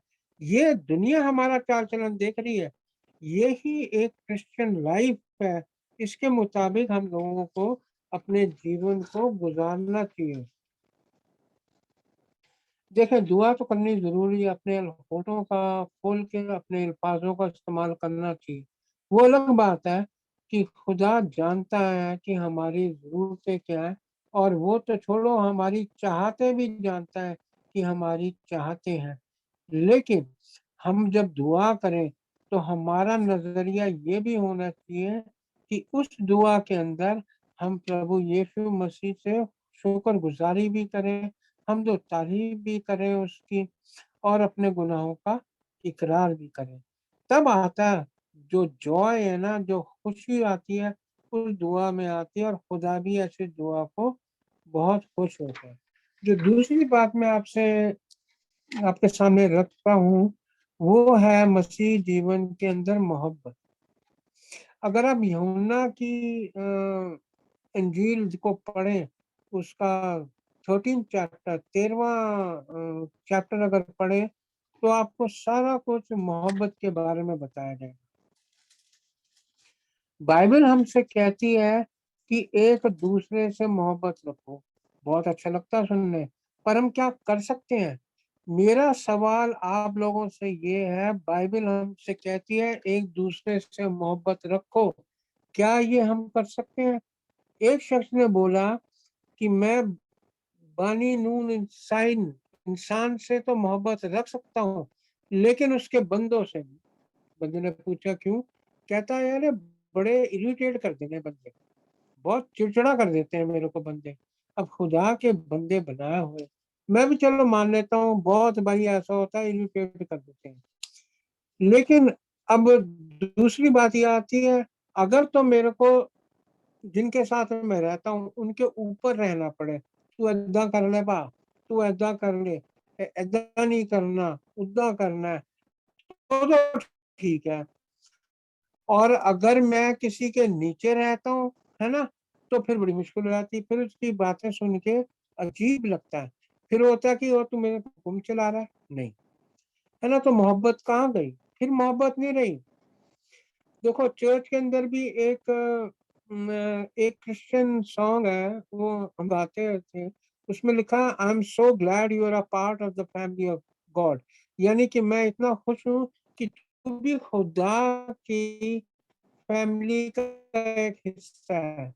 लेकिन आजकल चर्च में क्या होता है, तू भी गॉड की फैमिली का मेंबर है ना, अब उसको हम लोग नीचता से देख रहे हैं, तू भी रब दी फैमिली का मेंबर है ना, तो बर्दाश्त नहीं होता। मोहब्बत जो है बर्दाश्त करने को नहीं कहते हैं, हम लोगों के मुंह से ऐसी बातें निकल जाती हैं। लेकिन कभी कभी ये देखने में आया कि लोग अपनी फैमिली के साथ ही मोहब्बत नहीं कर सकते। अब ये जरूरी है कि हम लोग मोहब्बत को अपने जीवन में, मसीही जीवन में पहला दर्जा दें, पहली अहमियत दें। सबसे जरूरी बात है कि हम लोग मोहब्बत को पहला दर्जा और पहली मोहब्बत दें। अब मैं चलो मान लेता हूँ इस बात को, बहुत लोगों के साथ एक्सपीरियंस होंगे कि मोहब्बत करना इतना आसान नहीं होता, लेकिन बाइबल हमको कहती है कि ऐसा करना है। तो इसमें चलो एक आयत को पढ़ते हैं, पहला यूहन्ना उसकी 3 बाब की 11वीं आयत।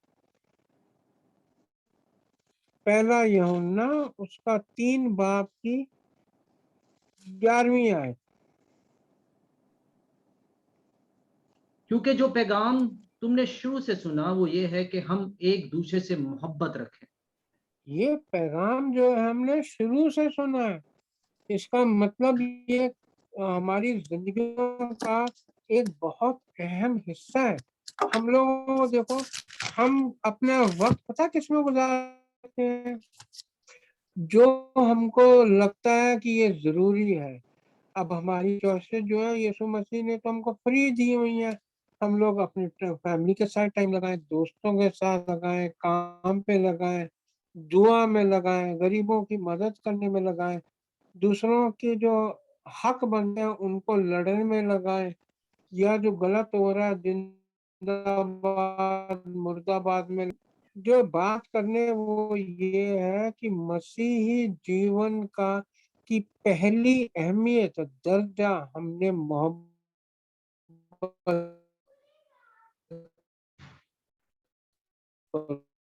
देना। और उसका 13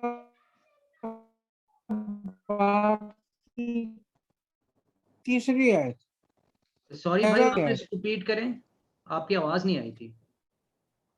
पहला कुरिन्थियों 13 बाब की तीसरी आयत। इस आयत के अंदर ही सारा मसीही जीवन लिखा हुआ है। पहला कुरिन्थियों उसका तीसरा बाब नहीं, 13 बाब और तीसरी आयत।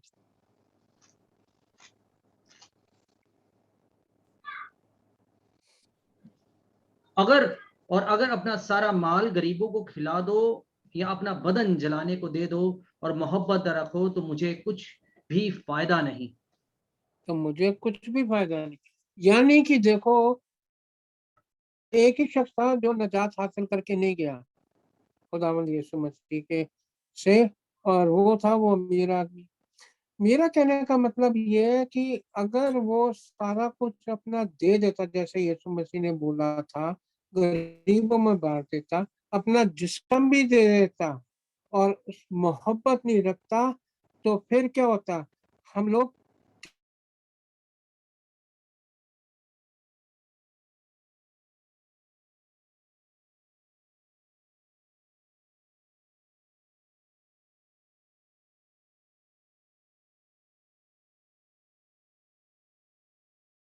जैसा कि लेकिन मत्ती की इंजील कहती है कि मत्ती पढ़ी निकालिए मत्ती 22 बाब 37 से 39।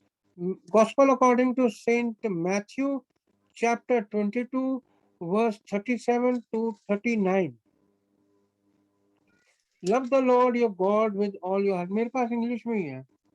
उसने उससे कहा कि खुदावंद अपने खुदा से अपने सारे दिल और अपनी सारी जान और अपनी सारी अकल से मोहब्बत रख। बड़ा और पहला हुक्म यही है। और दूसरा उसकी मानिद है कि ये है कि अपने पड़ोसी से अपने बराबर मोहब्बत रख। अपने पड़ोसी से अपने बराबर मोहब्बत। देखो, हमने ये सुने हैं वचन, सरमन सुने हैं, पड़ोसी से मोहब्बत, है ना, बहुत जरूरी है? अब जरूरी बात ये आती है जो और नॉर्मली आदमियों के ख्याल में आते हैं, बीवी से प्यार करता हूँ, बच्चों से प्यार करता हूँ, माँ बाप से प्यार करता हूँ, बहन भाइयों से प्यार करता हूँ, सारे दीदी से करता हूँ। लेकिन सबसे मोहब्बत रखना क्यों इतना जरूरी है? क्यों मेरे को ताकत चाहिए मोहब्बत रखने के लिए? लेकिन ये खुदा का हुक्म है, इसको मानना मुश्किल नहीं है। खुदा ने कभी कोई ऐसा हुक्म नहीं दिया जो इंसान से हो ना पाए। अब मैं आपसे बताता हूँ कि मत्ती 22 की 40 में लिखा है कि पूरा लॉ जो है, व्यवस्था है प्रॉफिट्स की, वो सिर्फ ये 2 कमांड्स के ऊपर है जो यीशु मसीह हमको देखेगा। आजकल विश्वासियों के लिए और जो इजराइल के बाशिंदे हैं उनके लिए जो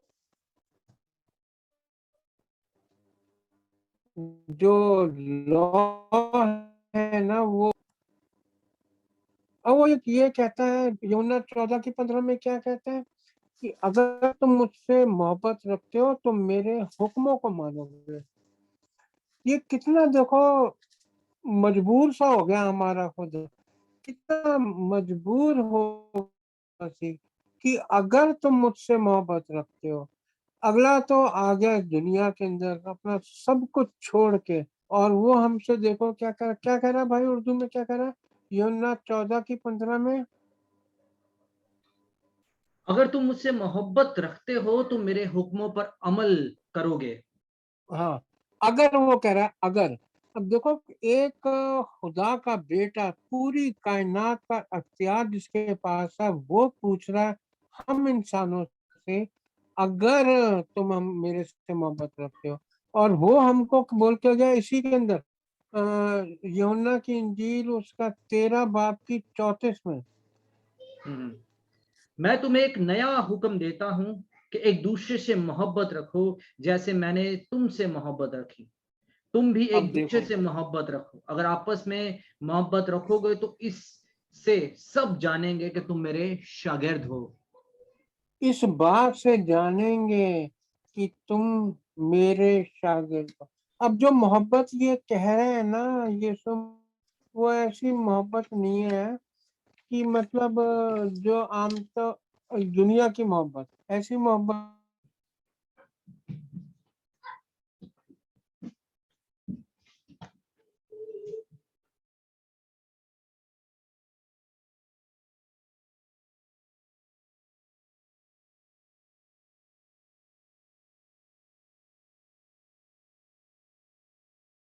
लेकिन आजकल क्या है, लोग डिपेंड करते हैं पुलिस के ऊपर, बंदूकों पे, फोर्स के ऊपर, अपनी ताकत के ऊपर, कि वो लोग जो है कानून को अपने कब्जे में रखें। ये यीशु मसीह के टाइम में बातें नहीं थी और उसको पता भी नहीं था कि ये दुनिया इस हाल में आ जाएगी। वो तो ये कहता है कि मोहब्बत ऐसी रखो जो कि अपने तुम्हारे पड़ोसी को नुकसान ना दे। अब मैं जो है आपको ये बताना चाहता हूँ कि अगर आप पड़ोसी से मोहब्बत रखो, इसका मतलब ये नहीं होता कि आपकी गंदी नजर हो पड़ोस वाले के ऊपर, है ना। अब गंदी नजर नहीं होगी अगर आप पड़ोसी से सच्ची मोहब्बत रखते हो। आप अगर आपके साथ जो बंदा काम करता है उससे मोहब्बत रखते हो तो आपके साथ जो काम कर रहे हैं उसके साथ मतलब आप बुरा नहीं करोगे, उसको झूठ नहीं बोलोगे, है ना। अगर आप अपने दुश्मन से मोहब्बत रखते हो तो आप उसको ना लान तान नहीं करोगे, नीचा नहीं दिखाओगे, बल्कि उसको एक इंसान की तरह समझोगे और जानोगे। ये बातें जो है ना, ये हमारे को इफ्सियों की पत्री जो है उसके अंदर सिखाई जाती है। पढ़ो इफ्सियों 4 बाब की 26 और 27। ये है हमारा हुक्म मानने का, मोहब्बत को हुक्म मानने का नजरिया।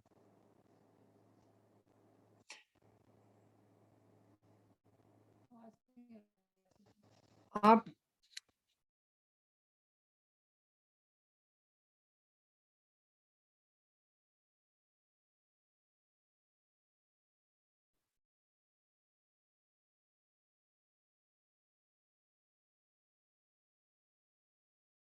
होने तक तुम्हारा क्रोध ना रहे और ना शैतान को अवसर दो।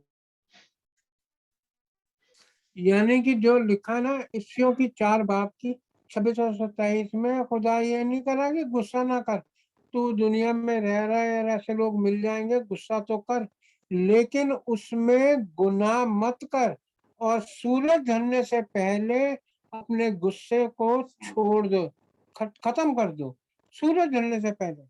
और अगर ऐसा नहीं किया तो शैतान जो है वो आपके मन के अंदर ना, आपके दिमाग में घर बना लेगा। फिर वो ये कहेगा वो इन्हें मैंने गाल कर दी थी, मैं चपेड़ मारनी मार। अब सवाल होता है कि हमको मोहब्बत के जो तरीके हैं ना वो उनको देखना जरूरी है दुनिया की दूसरे तरीके से। अब यीशु मसीह तो मोहब्बती था, बहुत ज्यादा मोहब्बती था, वो हमको मोहब्बत का पैगाम ही देता रहा। उसने हमको ये बोला कि ये पढ़ना भाई, यूहन्ना 13 की 35, यूहन्ना 13 की 35।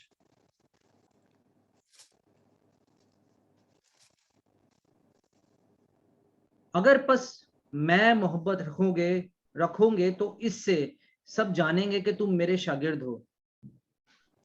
अगर आपस में मोहब्बत रखोगे तो इससे सब जानेंगे कि तुम मेरे शागिर्द हो।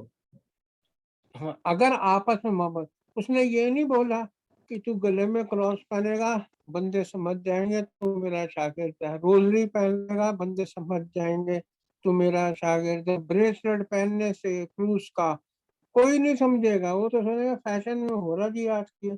लेकिन अगर हम अपने मसीही जिंदगी के अंदर, अपने मसीही चाल चलन के अंदर अगर एक दूसरे से मोहब्बत रखेंगे तो दुनिया समझेगी कि ये यीशु मसीह के चेले हैं। ये यीशु मसीह ने पूरी दुनिया को जज बना दिया हमारे ऊपर, मसीहों के ऊपर, कि भाई तुम उनके तरफ देखते रहो, ये मसीही चाल चलन में चल रहे हैं। मसीह आके नॉन क्रिश्चियन से कहने का वो ऐसा भरा मतलब ऐसी नेड़े नहीं लग गया, है ना, वो ऐसी बातें करेंगे। और यीशु मसीह क्या कहता है कि हम एक दूसरे से मोहब्बत रखेंगे, जानेंगे कि हम यीशु मसीह के चेले हैं। मेरा कहने का मतलब आपसे ये है कि खुदा ने जब से इंसान बनाया है ना, तो वो अपना कैरेक्टर इंसान के अंदर देखना चाह रहा था, और उसमें सबसे बड़ा जो कैरेक्टर है वो है मोहब्बत का। अब तभी तो ये है ना कि लिखा है ना पहला यूहन्ना की 4 बाब की 16 आयत में कि खुदा मोहब्बत है, और जो भी मोहब्बत के अंदर रहता है खुदा उसके अंदर रहता है। और जो ये मोहब्बत है ये हमको पूरा कामिल बनाती है, ताकि हमारे पास वो भरोसा हो कि उस दिन जब होगी ना हमारी सुनवाई होगी, उस दिन खुदा हमारी बड़ी मदद करेगा, हमारे को वो बचाएगा, क्योंकि हम इस दुनिया में हैं उसके रह के। ये पहले यूहन्ना 4 बाब की 16 और 17 है, मैंने जो इंग्लिश में लिखा उसको ट्रांसलेट किया। विश्वासी जो तो है मोहब्बत वो खुदा को खुदा हमसे की है, एडवर्टाइजमेंट है। हाँ जो मोहब्बत खुदा को हमसे है पढ़े भाई। तो हम जान गए और हमें उसका यकीन है। खुदा मोहब्बत है और जो मोहब्बत में कायम रहता है वो खुदा में कायम रहता है और खुदा उसमें कायम जो रहता है। खुदा, हाँ, अब अगर देखो खुदा का कैरेक्टर हमारे में कैसे आता है, वो मोहब्बत के वसीले से आता है। ये ऐसे बात दिनों को याद करो, आप जब जाते थे कोरोना वालों के पास उनकी सेवा करने, खाना देने, है ना, ये क्या है? अगर ये मोहब्बत नहीं है तो ये क्या है? अपने घर वालों के लिए कोई भी कर लेता है, लेकिन दूसरों के लिए करना ही तो मोहब्बत है। हम लोग जो विश्वासी लोग हैं ना, वो एक एडवर्टाइजमेंट है खुदा की मोहब्बत के लिए, और जो देखने वाले वो सोसाइटी है कि हम लोग कैसा जीवन गुजार रहे हैं, हमारे कैसा चाल चलन है, क्रिश्चियन जो हमारी लाइफ है वो कैसी है, और यही चर्च भी देखता है। मैं आपको एक वाक्य बताता हूँ। जब मैं नाइजीरिया में था, टाइम है भाई कि अब नहीं है? टाइम है? टाइम बहुत है, अनलिमिटेड है। मैं आपको एक वाक्य बताता हूँ नाइजीरिया का। जब मैं नाइजीरिया में था तो ड्राइवर का नाम था विक्टर, तो वो उसकी एक बहन थी जो वो आती थी मेरे इसके साथ, विक्टर के साथ, और मेरे को चर्च लेके जाते थे। जब चर्च जाते थे हम लोग कार के अंदर, तो रास्ते में एक हॉस्पिटल पड़ता था, गवर्नमेंट का हॉस्पिटल था, और उसके थोड़ा आगे मिशनरीज का एक कंपाउंड था जहाँ वो दवाइयाँ बांटते थे, और उसके बाद चर्च आता था। मैंने बहुत लोगों को देखा कि वो लोग आते हैं, पैदल आते हैं, आते चले जाते हैं, और वो हॉस्पिटल को छोड़ देते हैं और जाके वो मिशनरी का जो कंपाउंड है वहां से दवाइयाँ लेते हैं। एक दिन मैंने उससे बोला, मैंने बोला यार गाड़ी रोक, मैं इनसे पूछूं तो सही इनकी प्रॉब्लम क्या है, ये 3 किलोमीटर क्यों फालतू में चलते हैं, क्या जरूरत है इनको, जब गवर्नमेंट का हॉस्पिटल 3 किलोमीटर पीछे है, वहां से दवाई लेके अपने घरों को जाए, ज्यादा ठीक रहेगा। मैंने एक लड़के से बात करी तो पता चला क्या जवाब दिया। उसने मेरे को बोला कि जी हाँ, यहाँ से भी हमें फ्री दवाइयाँ मिलती हैं, और जो कंपाउंड है, क्रिश्चियन कंपाउंड है, उधर से भी फ्री में दवाइयाँ मिलती है, लेकिन हाथों का फर्क है। यहाँ के जो गवर्नमेंट हॉस्पिटल के हाथ है वो कहते हैं आप हटते खुदाबंद, है ना। और जो क्रिश्चियन कंपाउंड के हाथ देते हैं वो कहते हैं खुदा आपको जल्द ठीक करे। देखो यीशु मसीह दुनिया में नहीं है ना, लेकिन उसी ने हमको हाथ दिया। हम यीशु मसीह के हाथ हैं, हम उसके पैर हैं, और हमारा फर्ज बनता है कि हम इसको अपनी जिंदगी के अंदर देखें। अब ये देखो इस खूबसूरत नेमत को कैसे दिखाया जाए कि मतलब हमारे में मोहब्बत है। वो जैसे आप दिखा सर भाई इसी होएगा। अब मोहब्बत ये नहीं होती जैसा कि आज किया कि जी हवस हो गई है, सेंटिमेंटल हो गए, हम लोगों ने जिनाकारी कर दी, वो नहीं है। जो मोहब्बत है ना वो बड़ी खूबसूरत चीज है, एक हल्की सी फीलिंग है, और वो फीलिंग ही नहीं है। बाइबल के मुताबिक तो वो एक मतलब एक्टिव इंटरेस्ट है, यानी कि एक चाहत है, बड़ी जागरूक चाहत है कि दूसरे की भलाई हो, दूसरे की भलाई हो। मोहब्बत जो है वो इस तरह से काम करती है कि दूसरे का फायदा हो। कुछ लोग तो कहते हैं कि मोहब्बत जो है ना एक किस्म की रूह है जो हमारे दिल के अंदर है, जो दूसरे का बुरा नहीं चाहती। तो खुदा ने हमसे मोहब्बत करी इसलिए नहीं क्योंकि हम उसको कुछ दे सकते थे, हम खुदा को कुछ नहीं दे सकते, लेकिन उसने हमसे ऐसी मोहब्बत रखी कि उसने अपना इकलौता बेटा दे दिया ताकि जो कोई भी उसके ऊपर ईमान लाए हिलाक न हो बल्कि अब्दी जिंदगी पाए। ये 3:16 है जो यूहन्ना की। तो खुदा हमसे वो करैक्टर जो है ना हमारे में लेके आना चाहता, उसका बनाने का मसला ही यही था, उसका बनाने का मकसद ही यही था हमारे से। मैं आपको एक बताता हूँ, एक पास्टर थे इंडिया में, तो बड़ी शादियां कराई उन्होंने ना।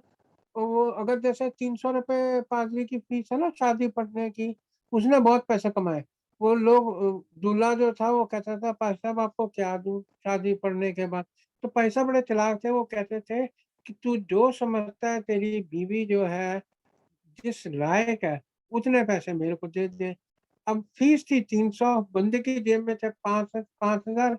नई नई प्यारी प्यारी दुल्हन मिली है दूल्हा को, उसने जेब में हाथ डाला, 5,000 करा दिया 300 की जगह। शादी हो गई जी, पैसा बड़े रईस होते गए। फिर क्या होया, शादी के 5 साल के बाद बीवी आई और कह रही अपने हस्बैंड से कि मैं तुमसे बहुत मोहब्बत करती हूँ। बंदा डर गया, वो पहली चीज उसने अपनी चेकबुक छुपाई, फिर एटीएम कार्ड छुपा दिया। अब सोचने वाला सोचेगा यार बीवी तो उसको ये कह रही है कि मैं तुमसे मोहब्बत कर रही हूँ, आदमी क्या कर रहा है, चेकबुक छुपा रहा है, एटीएम कार्ड छुपा रहा है। 10-15 साल हो गए शादी को, तो बीवी फिर आई, जब तनख्वाह का टाइम हो गया अमूमन तौर पे, बीवी फिर आई कि जी मैं आपसे बहुत मोहब्बत करती हूँ। अब आदमी चिड़ा बैठा था, उसको कहता है यार तू अगर मेरे से सच्ची मोहब्बत करती तो मेरे नाल ना ब्याह कर दी, होर किसी नाल ब्याह करा लेंदी। ये बात, ये मोहब्बत जो आजकल मसीही जीवन के अंदर देखी जाती है, ऐसा नहीं है। हमारे को इस बात का हमेशा ख्याल रखना चाहिए, क्योंकि पता क्या हम अपनी ज्यादा से ज्यादा जिंदगी अपनी बीवियों के साथ निकालते हैं, उनके साथ निकालते हैं, और उनकी इज्जत करना, उनसे मोहब्बत रखना बहुत जरूरी बात है। यहीं से हमारे बच्चे सीखते हैं। चले इस आयत को पढ़ दे, मेरे को बड़ी पसंद आई यार। पहला पतरस उसका 3 बाब की 7वीं आयत।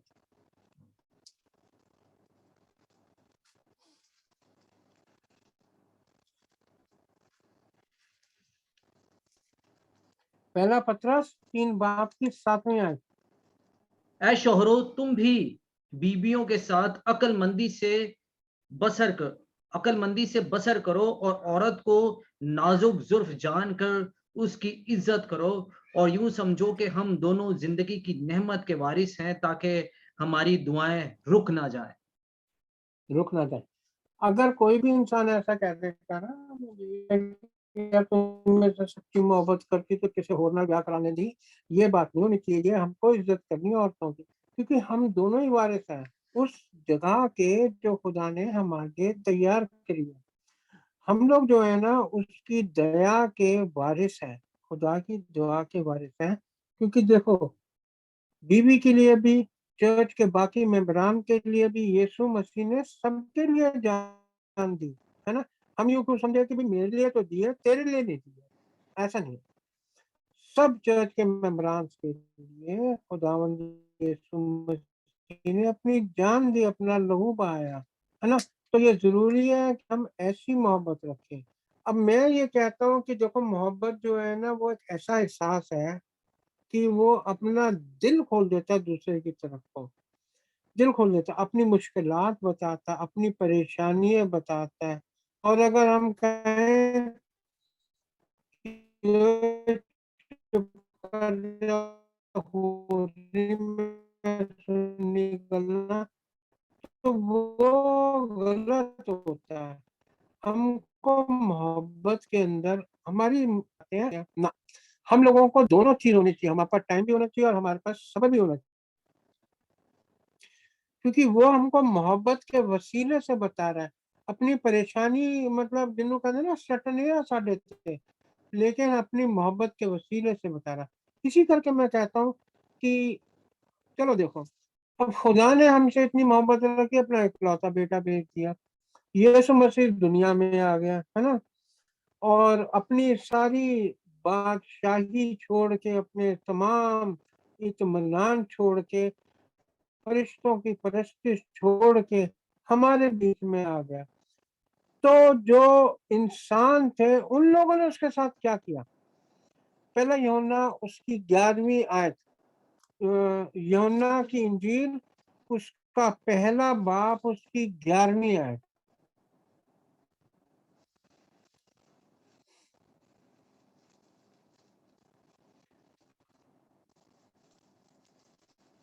नहीं, आपका माइक बंद है भाई।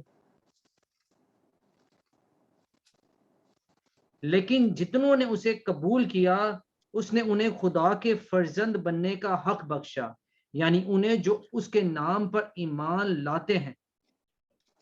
7वीं और नहीं भाई, यूहन्ना की इंजील उसका एक बाप 11 आयत। एक बाप की 11 आयत। हम्म। वो अपने घर आया और उसे अपनों ने उसे कबूल ना किया।